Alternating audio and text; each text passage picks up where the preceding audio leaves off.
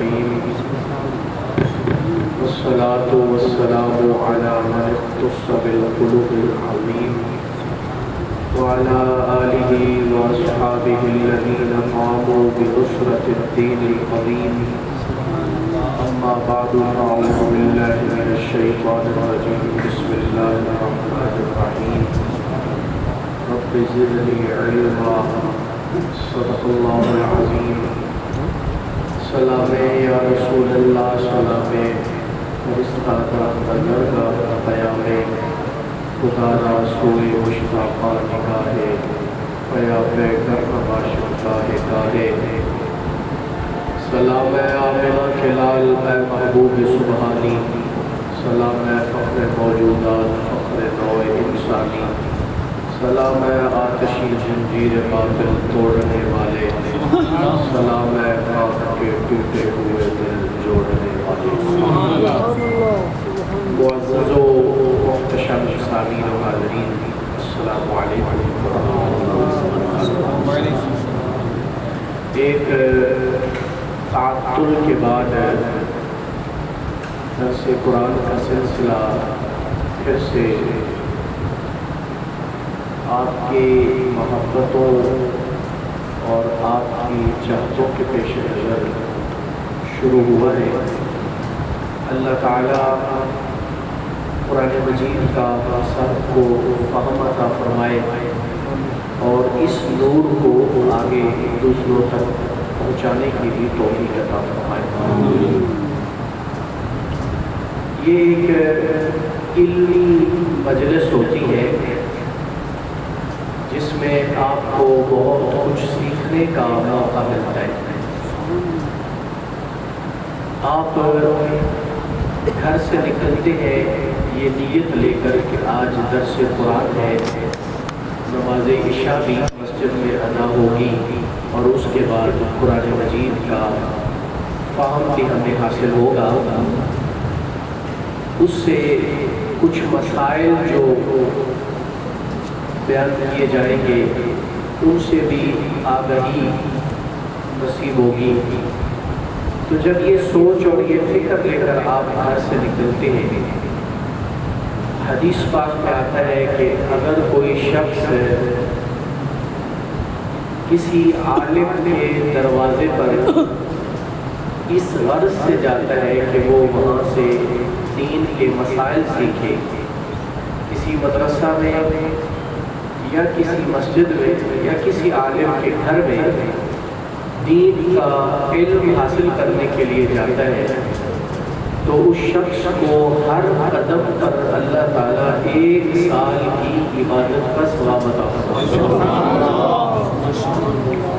اور ہر قدم پر اس کے لیے جنت میں ایک شہر تیار کیا جاتا ہے۔ اگر آپ اس نیت سے آئیں گے تو یہ جو حدیث میں مجدہ سنایا گیا اس کے بھی حقدار آپ ٹھہریں گے۔ علم ایک ایسی چیز ہے حضرت، قرآن مجید میں اللہ تعالیٰ نے اپنے محبوب کریم صلی اللہ علیہ وسلم کے بہت سارے اوصاف بیان کیے جو انسان کے کامل اکمل اور مکمل ہونے کے لیے اس کے ماتھے کا جوہر ہوتے ہیں، جن میں تقوی و پرہیزگاری ہے، جن میں صبر و رضا ہے۔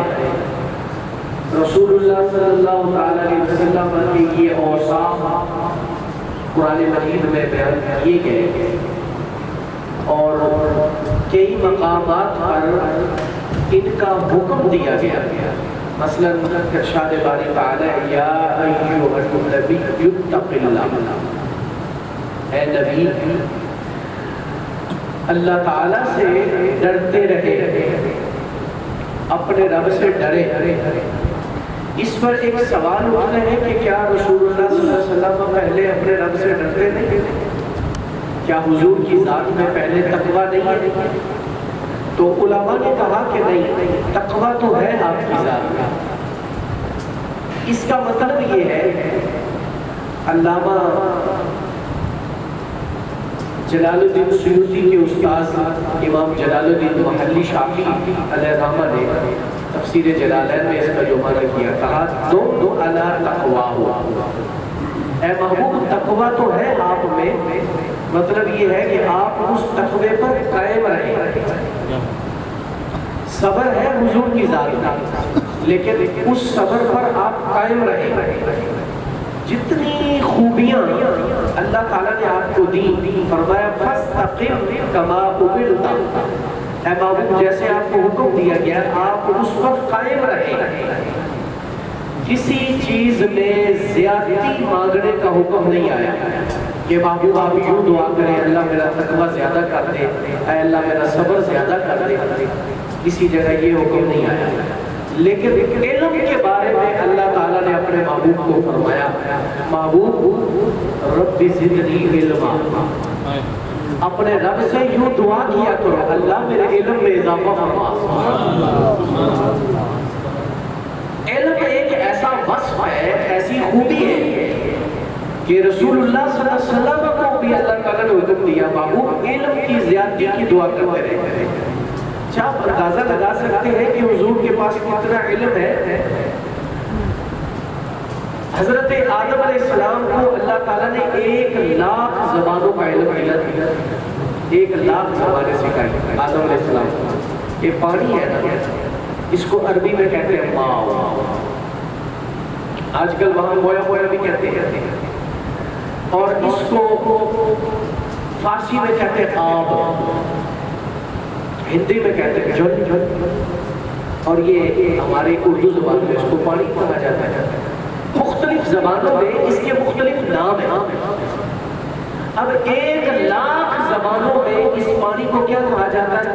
آدم علیہ السلام کو اللہ تعالیٰ نے سکھا دیا۔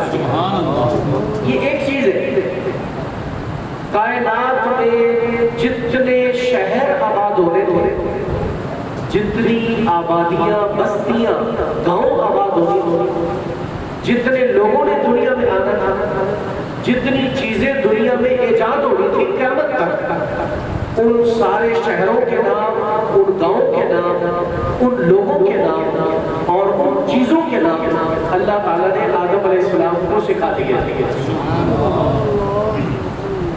اچھا، یہ سارا کچھ سکھایا گیا آدم علیہ السلام کو، اور محی الدین ابن عربی علیہ الرحمہ فرماتے ہیں کہ آدم علیہ السلام ہمارے نبی کریم صلی اللہ علیہ وسلم کے سب سے پہلے نائب ہیں۔ ظاہر میں تو حضور آدم علیہ السلام کی اولاد میں نظر آتے ہیں، خود جناب آدم علیہ السلام نے فرمایا جس کا معنی اور مفہوم ہے اعلیٰ حضرت نے کیا، ظاہر میں میرے نسل اور حقیقت میں میری اصل اس گل کی یاد میں یہ صدا ابو البشر کی ہے۔ حضرت آدم علیہ السلام کہتے ہیں ظاہر میں تو سرکار میرا بیٹا نظر آتا ہے کہ میری نسل سے ہے، میری اولاد سے ہے، لیکن حقیقت میں دیکھو تو مجھے بھی رب نے ان کے صدقے میں بنایا۔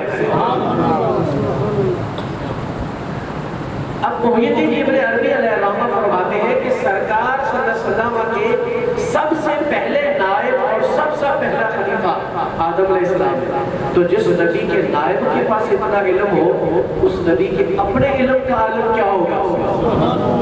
لیکن اس کے باوجود اللہ تعالیٰ نے کیا فرمایا؟ رب زدنی علما، اے محبوب دعا کیا کرو اللہ میرے علم میں اضافہ فرما، کیوں کلما ازداد العلم زادت الدرجہ، جیسے جیسے انسان کا علم بڑھتا جاتا ہے ویسے ویسے انسان کا رتبہ بھی بلند ہوتا چلا جاتا ہے۔ علم ایک ایسی چیز ہے، ایسا وصف ہے انسان کی بہترین اور انسان کی خوبی کے لیے اور انسان کی ترقی کے لیے ایک ایسا اللہ تعالیٰ نے وصف دیا ہے کہ جب انسان اس کے اندر زیادتی کو اختیار کرتا ہے، علم بڑھتا ہے تو پھر اس کا رتبہ اور مقام بھی بڑھتا چلا جاتا ہے۔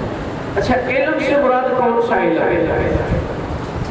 حدیث پاک میں آتا ہے کہ العلم ثلاثۃ، علم 3 ہے، ایک کتاب اللہ کا علم ہے قرآن مجید کا، دوسرا علم ہے حدیث رسول کا، رسول اللہ صلی اللہ علیہ وسلم کی احادیث کی، اور تیسرا علم ہے فقہ کا، جو مسائل ہم سیکھتے سکھاتے ہیں وما سوا ذالک فہو فضل، اس کے علاوہ باقی جتنے علوم ہیں وہ سب فضول ہیں۔ حقیقی علوم یہی ہے، قرآن کا علم، حدیث کا علم، اور پھر فقہ کا علم، فرائض اور دیگر مسائل کو سیکھنا، یہ ضروری علم ہے اور یہ دینی علوم ہے اور انہی کی شان ہے۔ حدیث پاک میں جتنے مقامات پر بھی علم کی فضیلت کو بیان کیا گیا ہے، اس سے مراد دینی علم ہے، دنیاوی علم نہیں ہے۔ اکبر الہ آبادی نے کہا یہ بات کھری ہے ہرگز نہیں کھوٹی، عربی میں ہے نظم ملت اور بیے میں صرف روٹی۔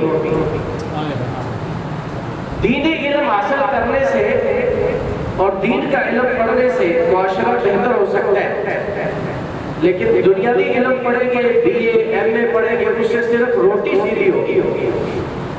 پیسہ تو آپ کے ہاتھ میں آ جائے لیکن معاشرہ سنورے گا نہیں۔ معاشرے کی بہتری کے لیے دین کا علم ضروری ہے۔ آج معاشرے کے اندر جو بگاڑ ہے، گھر گھر میں خرابیاں ہیں، لوگوں کو مسائل کا علم ہی نہیں ہے، اس کی وجہ صرف یہ ہے کہ ہم دین کے جو فرض علوم ہیں وہ بھی نہیں سیکھتے۔ کچھ علوم فرض ہے جو ہر انسان کے لیے سیکھنے ضروری ہے۔ ایک شخص بالغ ہوا ہے، جب بالغ ہوا تو اس پر نماز فرض ہو گئی۔ اب پاکی کے مسائل سیکھنا، نماز کے مسائل سیکھنا اس کے لیے ضروری ہو جائے گا۔ رمضان شریف آیا ہے تو بالغ آدمی کے لیے روزہ رکھنا ضروری ہے، اس کے لیے روزے کے مسائل سیکھنا ضروری ہو جائے گا۔ جب شادی کرنا چاہتا ہے تو شادی کے اندر نکاح اور طلاق کے مسائل ضروری ہے، وہ سیکھنا اس شخص کے لیے فرض ہو جائے گا۔ کوئی شخص کاروبار کرنا چاہتا ہے تو کاروبار کے متعلقہ جتنے ضروری مسائل ہیں ان کو سیکھنا اس کے لیے فرض ہو جائے گا۔ ہم لوگ یہ سمجھتے ہیں کہ شاید یہ مولویوں کا کام ہے، وہی سیکھے اور وہی مسجد میں بیٹھ کر اس کو پڑھائیں سنائیں، ہماری ذمہ داری کوئی نہیں ہے۔ اسی وجہ سے خرابی ہے، طلاقیں دینے کے بعد لوگ آ کر امام کو بتاتے ہیں جی اس طریقے سے طلاق ہو گئی۔ اب کوئی بڑی کتاب نکال کے سورج بتاؤ کوئی ایسا مسئلہ حل ہو جائے کہ یہ بغیر کسی کیلو کال کے سارا مسئلہ جو ہے وہ حل ہوتا ہوا نظر آئے۔ بھی اب سارے مسئلے تو خراب کر کے آ گیا، اب حل کہاں سے نکلے گا؟ جب بیٹے کی شادی کی تھی پہلے اس کو طلاق کے مسائل سکھائے تھے کسی عالم کے پاس لے جا کر؟ نہیں سکھا۔ اس وقت تو مولوی صاحب بھی ہمیں کب یاد آتے ہیں، جس بارات آ جائے گھر میں تو پھر فون کیا جاتا ہے۔ جو غریب لوگ ہیں وہ تو چلے فجر کے ٹائم بھی امام صاحب کو بتا دیتے ہیں کہ آج میری بیٹی کے بارات آنی ہے تو آپ نکاح پڑھائیے گا۔ لیکن جو امیر لوگ ہیں وہ تو فون آتا ہے، حضرت صاحب کہاں ہیں؟ میں جی ذرا مصروف ہوں، میں ساری مصروفیت چھڑ کے آؤ جی ایک دفعہ انتقال کیوں ہے؟ تو پتہ نہیں بیٹی کی بارات آئی، نکاح پڑھا، جلدی آیا۔ میں بڑا حیران ہوتا ہوں